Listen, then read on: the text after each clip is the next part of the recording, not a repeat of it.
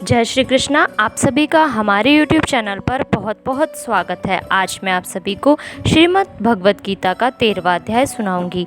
श्री कृष्ण बोले, हे कौन्तेय, यह शरीर क्षेत्र कहलाता है। इसके जानने वाले को क्षेत्रज्ञ कहते हैं। इस संपूर्ण क्षेत्र में क्षेत्रज्ञ मुझे ही जान क्षेत्र और क्षेत्रज्ञ का जो ज्ञान है मेरे मत से वही ज्ञान है। यह क्षेत्र कैसे रूप का है, उसमें कौन कौन विकार होते हैं, उसकी उत्पत्ति किस प्रकार से हुई और क्षेत्र का क्या प्रभाव है, इत्यादि बातों को संक्षेप में कहता हूँ, सुनो। अनेक ऋषियों ने अनेक प्रकार के छंदों में इसको बताया है।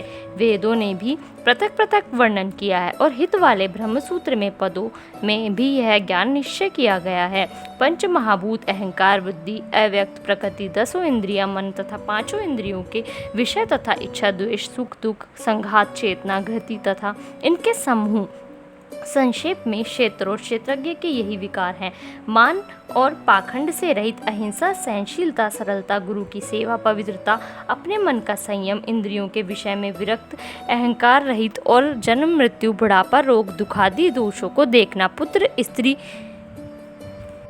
ग्रह इत्यादि में आसक्ति न करना और इनमें अपने को सुखी दुखी न मानना और इष्ट अनिष्ट की प्राप्ति में हर्ष विषाद रहित रहना, अनन्य भाव से मेरी भक्ति करना, एकांत में रहना, जन समूह में रहने से विराग, सदा स्मरण रहना कि मैं परम परमात्मा का ही अंश हूँ, ज्ञान प्राप्ति के उद्देश्य से मोक्ष को सबसे श्रेष्ठ मानना, इससे ही ज्ञान कहते हैं। इससे जो भिन्न है वह अज्ञान है। अब ये का स्वरूप वर्णन करते हैं। जिनको जानकर मनुष्य को मोक्ष प्राप्त होता है वह आदि रहित बड़ों से बड़ा, अकथनीय होने से सत ही कहा जाता है और न असत ही कहा जाता है। सब और उसके हाथ और चरण हैं, सब और नेत्र, सिर और मुख है, सब और कान है, वही जगत में सबको घेरे हुए स्थित है। वह सब इंद्रियों के गुणों का प्रकाश है, पर उनके कोई इंद्री नहीं है, जिसको किसी से आसक्ति नहीं है, पर जो सबका आधार है, जो स्वयं निर्गुण होने पर भी गुणों का भोगता है और जो सब भूतों के बाहर भीतर है, तो भी चर और अचर है, जो अत्यंत सूक्ष्म होने के कारण जाना नहीं जाता, जो दूर भी है और निकट भी है, जिसके विभाग नहीं होते, पर जो भिन्न भिन्न भागों में विभक्त रहता है, समान रहता है, समस्त भूतों का पालन, नाश और उत्पन्न करने वाला वही ज्ञ है।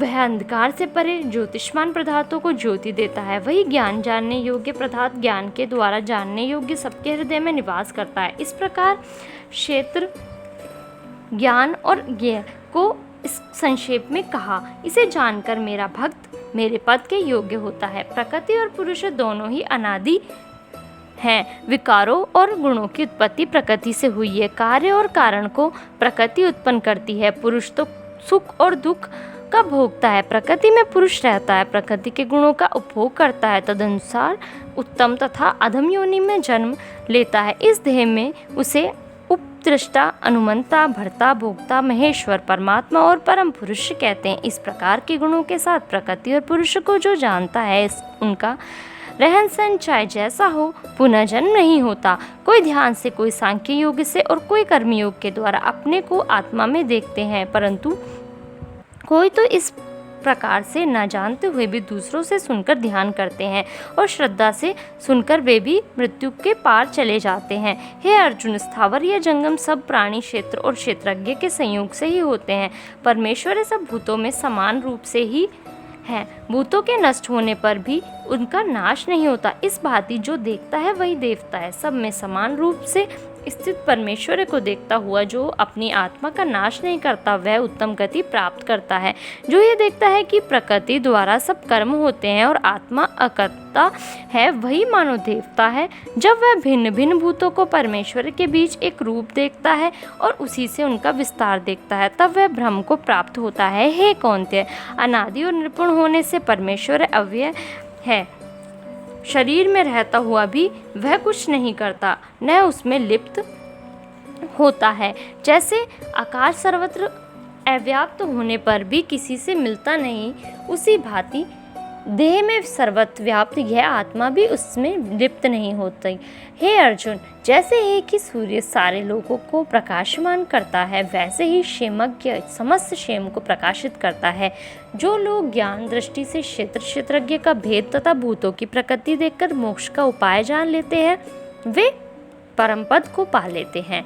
इति श्रीमद् भगवद गीता का सुपनिषत्सु ब्रह्म विद्या योग शास्त्रे श्री कृष्ण अर्जुन संवादे क्षेत्र क्षेत्रज्ञ विभाग योगो नाम 13वां अध्याय समाप्त।